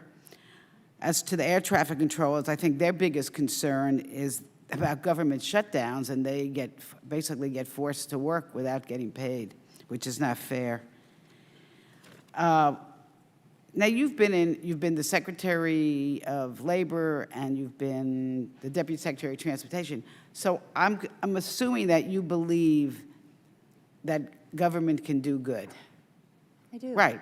I mean, some of the concerns that I've heard about this, what I think is creating a new bureaucracy, giving away federal assets to major corporations, big airlines, and listen, being private doesn't make you perfect. I mean, I don't think dragging a customer off a plane, that's not perfect. Having computer failures that mess up air traffic all over the country, that's not perfect. I'm not saying, it's not meant as a criticism. I'm just saying, just because you're a private corporation, that doesn't make you perfect. Now, Delta put out a study, and I think we know from Canada that this privatization effort would cause the prices of airline tickets to go up. So you know what I think? Yes. You know why air traffic should be safer? Because there could be less people who are going to fly on the planes, and because who's going to be able to afford these going on the planes? The people at the Mar-a-Lago. Well, I don't mind because that's in my district. But the fact of the matter is, so I'm going to just ask you a serious question here. Number one, do you think the Delta study is wrong, that the prices of tickets are going to go up? Did the prices of tickets go up in Canada? And let's face it, if Congress rejects what I think is not a good proposal, can you, once you get all down, do you think you have the ability to try to get this straight and do what's right and move it along? First of all, airlines don't control the new air traffic control entity. There seems to be this perception they will not be controlling the new air traffic control entity. Number one. Number two, on Delta, I will go back to Delta and ask them again, because it seems as if Delta's position on this is changing. And number three, you asked me another question, then I probably missed one. And number three, whether you can ask me as Secretary of Labor to try to improve the NextGen project. I would do my utmost, and I know that people at the FAA are trying their best, including the administrator. But this has been going on, as I mentioned, for 30 years. But you do know that Congress set, I think, 2025 as to when this was supposed to go into effect. So, of course, it's been going on years and years. And according to FAA, and we've heard some of their representatives, they think it's moving along. So, anyway, I wish you the best. Thank you. I thank the gentlelady. Just want to remind the gentlelady, the IG said that they're concerned that the price tag on NextGen could be double or triple the price. So government hasn't been that efficiency. With that, I recognize Mr. Lewis. Thank you, Mr. Chairman, and thank you, Madam Secretary, for the time today. Very, very important, very crucial. I want to get to this quote-unquote federal asset giveaway. If you look at the board, it is a quasi-nonprofit, quasi-independent board. There are stakeholders, but there are no shareholders. So any of the quote-unquote federal assets we're giving is not going to flow back to a private entity for somebody's profit making. It's going back into the air traffic control system. Isn't that right? Yes, it is. So how would that be a federal asset giveaway then? There's no private entity that will benefit directly. I agree with you. That's an excellent question. And they're assuming, what, $1.1 billion in liabilities? If you have old towers or brownfields or something of that nature, the new board would have to handle that, correct? That would be part of the cap, yes. Okay. There are about 41 states, I think, that are engaged on the topic of unmanned aerial drones, as it were, I guess, 38 enacting specific UAS laws. Now, there seems to be this tension between, obviously, a stream of commerce if we start delivering packages via unmanned aerial, or UAS, I should say. Has the administration looked into how we make certain there's FAA has a say and some preemption, but also states and localities who, with concerns about privacy as well as nuisance law and things like that, have a say as well? This is a brave new world, so everything you've said is true. We have to consider the safety, the security, and also the privacy issues. And I think we as an agency is grappling with that in conjunction with other stakeholder groups. Is there a theme? Are we going to have a plan to work with states and localities on this? We should. All right. Thank you very much, Madam Secretary. I yield back, Mr. Chairman. I thank the gentleman. Now recognize Mr. Sears. Thank you, Mr. Chairman. And the Secretary, thank you for being here. I haven't made up my mind about this legislation yet. There are a lot of things I like about it, especially the dedicated fund, that you can dedicate this fund to continue to improve the system. And no one can rate it, right? Correct. Once you have this fund. And I also have spoken to many of the members of the union. And I know NACA supports it. And the biggest concern that they have is funding. And quite frankly, after seeing the budget that came out of the White House, I'd be very worried also about funding. But my concern is with the rank and file. How can I assure the rank and file that their jobs are not going to be impacted by this privatization? Only those jobs that are connected with air traffic control will move over with the new entity. Those that are involved with safety and other regulations, for example, the noise, it will be with FAA. The split will be difficult. But do you anticipate any of the air traffic controllers losing their jobs as we move into this private nonprofit corporation? No, I do not, because they're actually hard to hire. It's hard to hire experienced air traffic controllers. They're going to need every single one of them. You know, I went to Ottawa, and one of the things that I noticed in Ottawa was that they reduced the number of air traffic controllers in Ottawa as a result of this. Do you anticipate that happening here? And we're much bigger, I understand. I do not. You do not?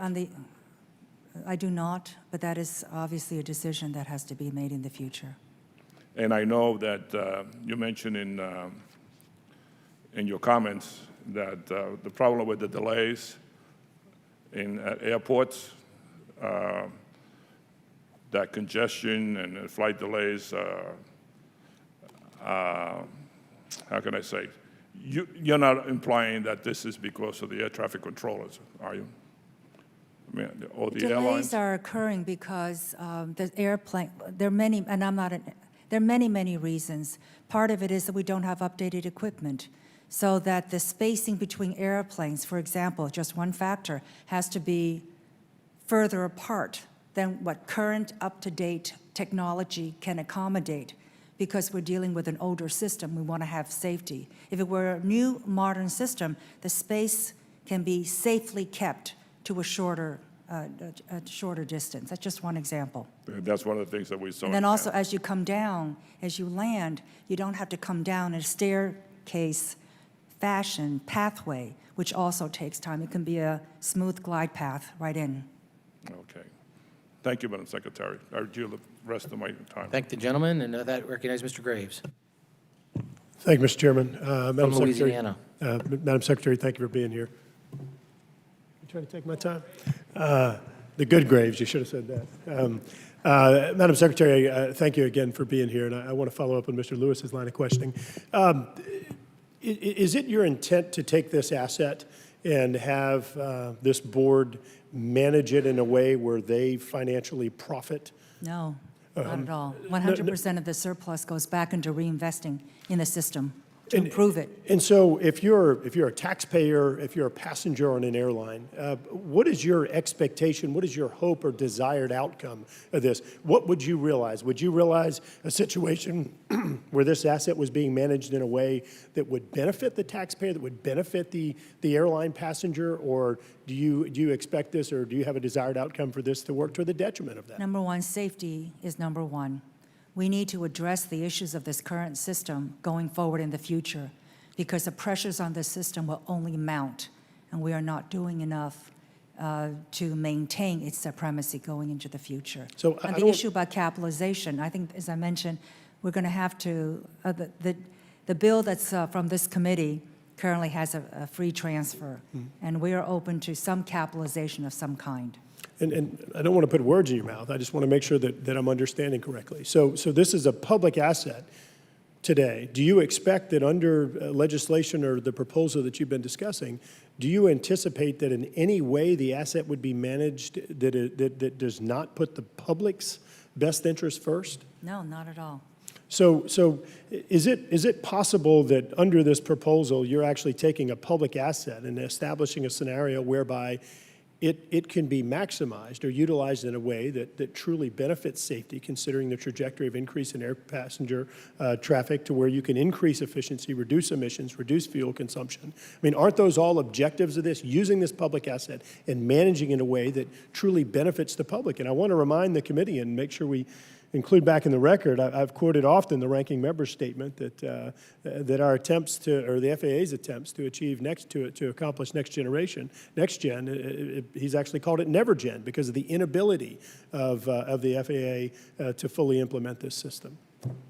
Everything that you have said is correct, and I should have brought it up early in my testimony. Thank you for reminding me. Thank you. With that, Mr. Chair, yield back. Thank the gentleman. With that, I recognize Mr. Nolan. Thank you, Mr. Chairman, and welcome to the committee. Thank you. You're going to find a good, strong body of bipartisanship on this committee of men and women who want to work with you and work with the president and see to it that we get our infrastructure back in shape. And there's no question, bridges are falling down. We've seen it in Minneapolis. Trains are coming off the track. We've seen that. And municipal waste treatment facilities are overflowing, and we applaud the president's desire to spend $1 trillion on infrastructure. Having said that, we've seen some reports. Everybody that's come before this committee, doesn't matter whether it's the head of the Chamber of Commerce or the trade labor unions, have all said that we need to make this investment. Civil engineers say it should be maybe $3.5 trillion.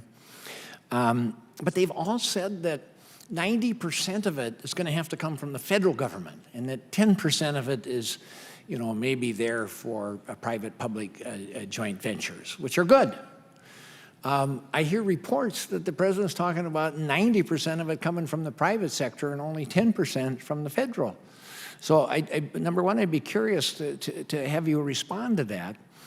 And then, being a bit more parochial, we've witnessed where our rural airports and our rural regional airports, back in Minnesota, airports like Brainerd and Hibbing and Bemidji and whatnot, are just essential for our business growth and job growth and economic opportunity.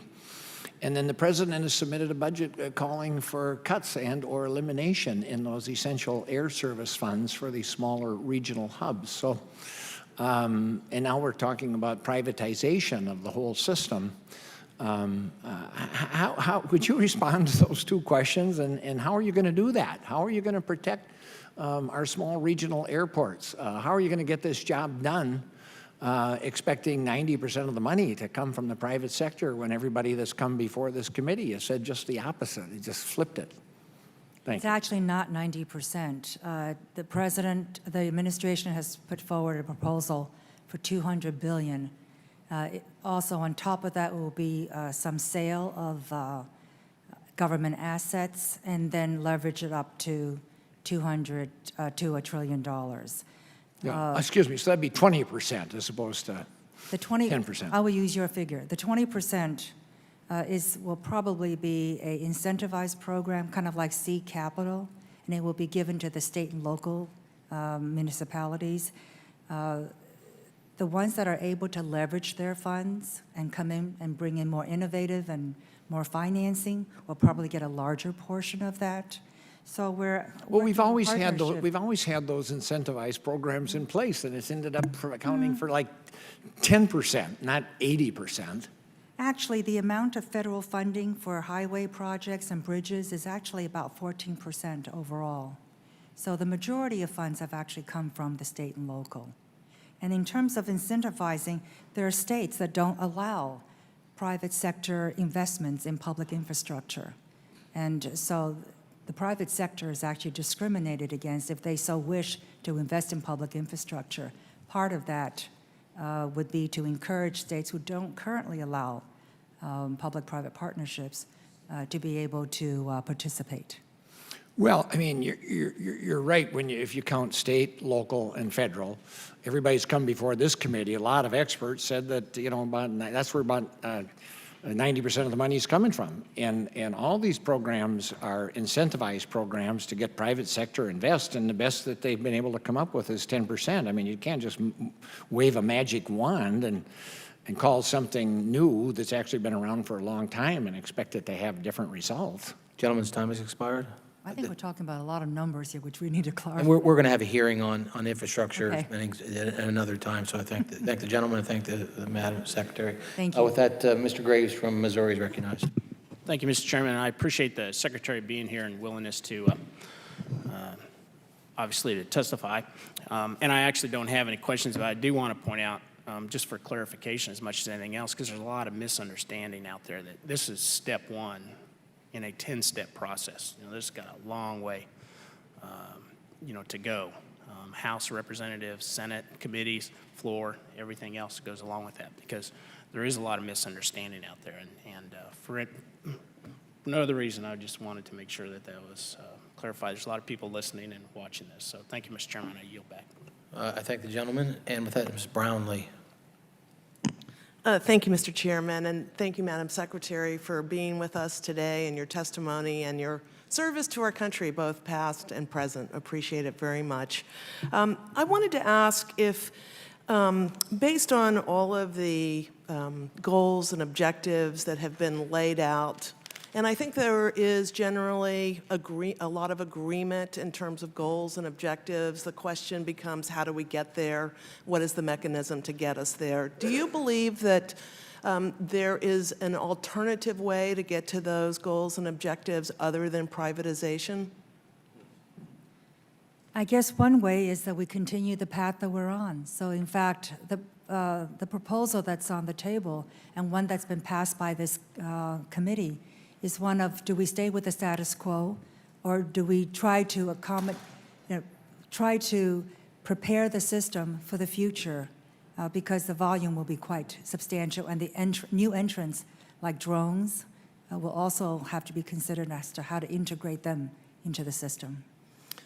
Well, and I agree. I guess the question is there another alternative other than the status quo or privatization? Is there some other, is there another mechanism in your mind that we could travel down to get to those objectives? Are you talking about, I don't know what you're talking about. Well, we've Sorry. well, you're talking about the status quo and then what we're doing today and moving forward. I mean, the president proposed a privatization scheme, I think, to get to most of those objectives. I guess my question is Do you think that there is another way to get to those objectives other than privatization? I don't know whether that's a leading question or not, or whether you have some particular ideas in No, mind as well. I don't. I just think that there is some agreement on basic objectives and goals, and I'm just wondering if you're open to, to other pathways in terms of getting there. Of course. Thank you. Thank you. I represent two general aviation airports, one where the FAA staffs the tower and one that's a contract tower. If, as we drill down on all of this and as we get to a detailed proposal, do you intend on having any safeguards for general aviation airports other than the decision-making that may come from this governing board? Safeguards such as, not closing GA towers, contract towers, making sure that general aviation airports have the resources they need for their ongoing capital improvements? This proposal talks about the national airspace and the air traffic control system, and so it's up in the air. It's not, and the issue of assets, which has been discussed here, is another issue. I understand, but it is the towers, the mechanisms on the ground that are controlling the airspace. And so I'm just wondering, as we move forward and get a more detailed proposal, do you see some safeguards for those? We're very open to discussing them. Thank you very much. And again, thank you for being here and thank you for your service. I yield Thank back. the gentlelady. Ranking Member DeFazio and I agreed to 11:30 hard stop, but the Secretary's agreed to go 10 more minutes, so I'd encourage members to expedite their questions. I'm sure she will answer them in writing if need be. And with that, I am recognizing Mr. LaMalfa. Thank you, Mr. Chairman. Being from the West, Northern California, we have a lot of issues, transmission lines and vegetation management around them. And most transmission lines are in rural areas anyway. So it's very important that we have drone capability for inspection of very remote and sometimes very tough terrain and power lines, hydro facilities and others, as well as in agriculture, the flexibility we can have to help that with farming, ranching, et cetera. So, but we have current restrictions on the beyond line of sight aspect of that. Last year, the Congress passed legislation directing FAA to work with critical infrastructure industries on the applications to fly these drones beyond line of sight. Most of these applications, most of them have not even been really looked at yet. So it's disappointed that, yes, FAA has communicated that the application was received, but it's kind of like being on hold, like, your application is very important to us. We will keep holding. So can you describe what, and I know, you're still getting up to speed there, so I don't fault anything, but can you describe what's FAA doing to get these applications going and get answers to those folks for very important technology? This is such a new field that FAA, I know, is trying to understand and grapple with its own roles in this space in connection with other agencies and also the private sector, Silicon Valley, for example. But I will go back and ask what is the status. Thank you very much for your peering and for your leadership on this. It's very important for us in the very rural part of the country. Appreciate it. Thank you, Mr. Chairman. I thank the gentleman, and with that, recognize Mr. Capuano. Thank you, Mr. Chairman, and thank you, Madam Secretary, for staying a few extra minutes. It puzzles me why we're going to have so much faith in the airline industry when in the last 2 years they have proven repeatedly that they don't know how to manage large computerized systems. Otherwise, we wouldn't have had shutdown after shutdown after shutdown across this country. But that's a different argument, different I think debate. that's a point that's worthwhile emphasizing in terms of refuting. The airlines are not in charge of this new air traffic control system. But they're going to hire people to do it, and they've hired people not who've at done their all. So they're No, just it's miraculously FAA. going to appear? Who runs this board? It will be 13 people. The airlines. It will be a candidate list provided by 5 initial nominating groups, the major airlines, the major airlines. unions, airlines, Look, unions, Madam Secretary, general that's fine. aviation It's groups. we all I mean, know it's the airlines airport that are going to run it. I mean, And there- it's not controlled by the And I'm going to file airlines. one later on today. If I may Let me ask you a question. There's one thing that I can Let me emerge ask from you a this question. hearing. They If- do not control the air traffic control system. You know, They will not. You do realize that virtually nobody here believes that, but that's okay. I think critics of this proposal are using them as a proxy. Well, thank you. And scaring people. Well, I don't think it's scary. I fly in the airlines every day, every week. I'm going again today. I'm not afraid of them, but they haven't proven to me that they can run large computerized systems. They're not running the system. Well, that's great. So somehow, miraculously, it's going to be run by somebody we don't know. That's even By those who are assuring. currently running it now, the FAA. Well, that's part of the problem with this legislation, isn't it? We don't know who's going to do it. Let me ask you a question. If I took your house and gave it away to one of the airlines, that wouldn't be fair, would it? Airlines again. Yeah. I told you they're or not anybody. involved. If I gave it away to any private corporation, would it be fair? I've also said that the capitalization of this proposal and the asset base is yet to be resolved, and I look forward to working with the committee It's on not that. yet to be resolved. We have legislation and we have a presidential commentary on it. It is what's proposed in front of us. So this legislation is not done yet. No, it's not. It's up to you to accept it. Well, I know. That's what I'm doing today. I'm discussing Yes. the legislation that's in front of me Well, that I says appreciate the give discussion. away billions of dollars of taxpayer-paid entities. And I don't see the difference between giving it away to a private entity or a nonprofit. You if the give Congress away does not somebody's agree- property, it's still taking their property away. We will look forward to working with you. If you disagree with that, please. Oh, don't worry. I Interject. do disagree with it, and I've disagreed with it before, and I will continue to disagree with it tomorrow. Let me ask you another question. You talk repeatedly about putting airplanes closer and closer together, which I understand. I expect that. I would like to invite you this summer, anytime you want. You pick the day to come to my house. Come to my home. We'll have a barbecue in the backyard. We'll have a nice little fire, and I'll bring out the wine and whatever you want to eat. And we'll sit there a mile and a half under the flight path of runway 33. And you will find out that when a plane goes over, which I don't mind, I've lived there a long time. We've had planes going over there all the time. But there is a big, big difference between a plane going over your house every few minutes versus every few seconds. And it has become an accepted problem across the country. And I'm working with the FAA now, as we speak, to study how to deal with that. And they've been very good. And again, now maybe we can change this too, but the president's legislation says the FAA won't have the ability to do that. The FAA will only have the ability to do it if they go outside the noise lines. They're not outside the noise lines. They're within the 65 decibels, except it's not 65 decibels every few minutes, it's now 65 decibels every few seconds. And if you want to take me up on that, since my time is up, just let me know. We'll arrange it anytime you want. I'm sorry and you'll the see planes problem. are flying over your house, and if you feel differently about the noise, about the issues that you've discussed, we look forward to talking about it with you. And the good news is the FAA will still be involved in when it comes to noise. We're going to have time for two questioners, Mr. Perry and then Mr. Woodall, then we're going to have to close it down because our agreement was the ranking member wanted to get you out here at 11:30. So with that, Mr. Perry. Thanks, Mr. Chairman, and thanks, Madam Secretary. We appreciate you being here, and we appreciate the truth. With that, I just want to register my accord with the Inspector General and the contract tower system being effective and efficacious, efficient for industry, for the taxpayers. And I just want to register as well because I know it's been asked on several occasions. As well, my good friend, Mr.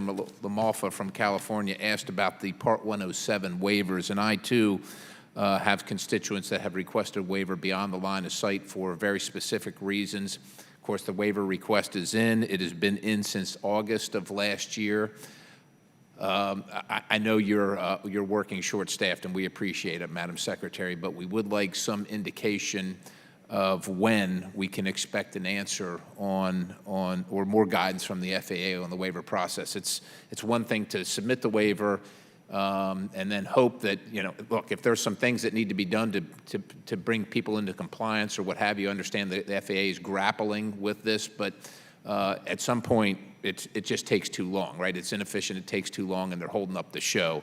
So it's my understanding, have any beyond the light of sight waivers been approved? It's my Well, understanding. there's a recent court decision Okay. on this issue, which has also held them up. But I will, so that's, they're trying to, FAA is trying to decide how to handle that right now.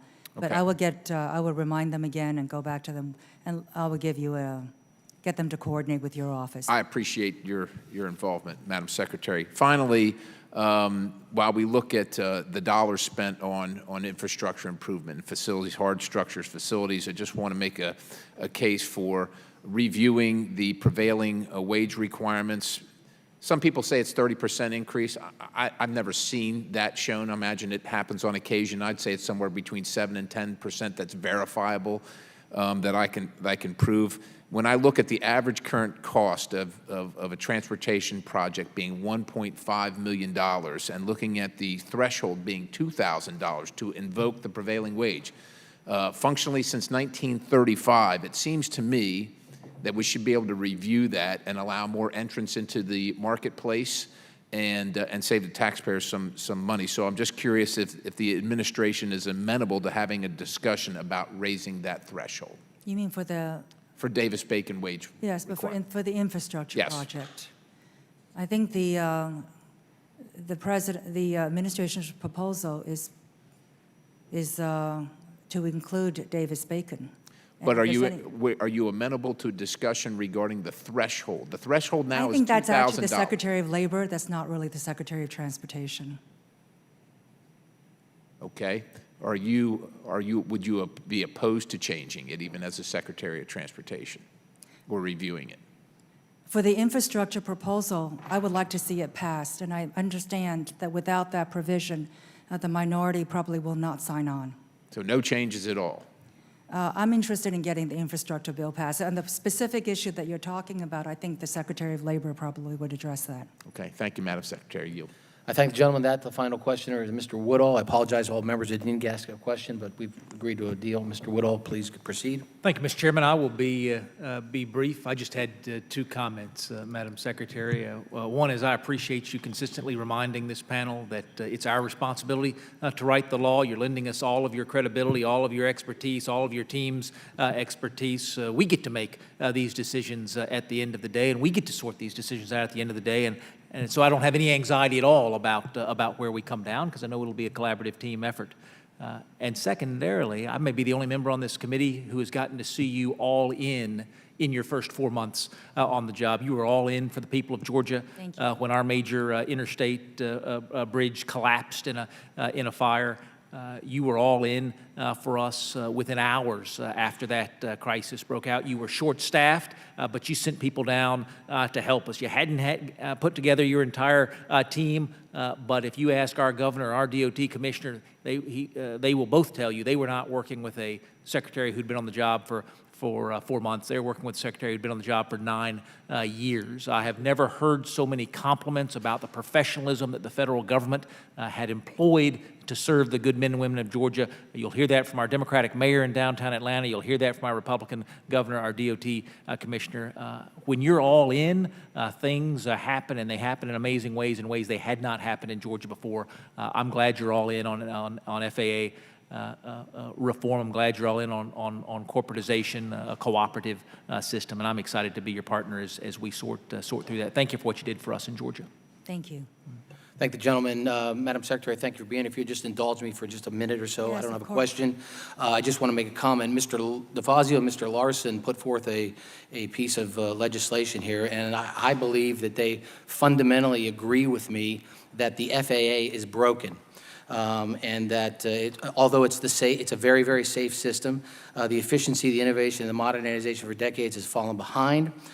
Their proposal, taxpayers will continue to fund a system that I believe is dysfunctional.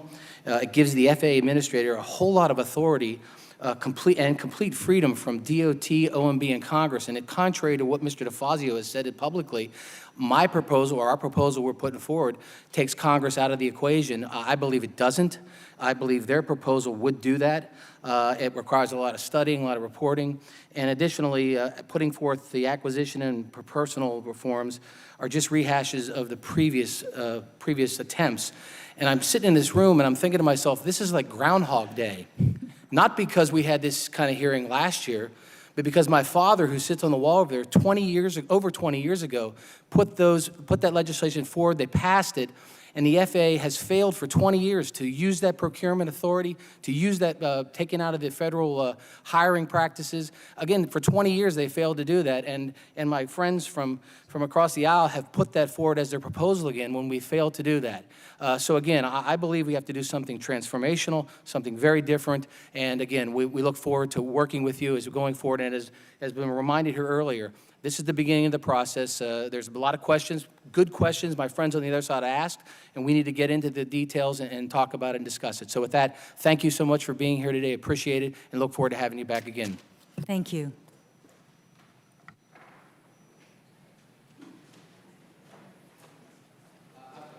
Would ask unanimous consent that the records of today's hearing remain open until such time as our witnesses have provided answers to any questions that may be submitted to them in writing, and unanimous consent that the record remain open for 15 days for an additional comments and information submitted by members or witnesses included in the record today. Without objection so ordered, I'd like to thank the Secretary again, and if no other members have anything, the committee stands down.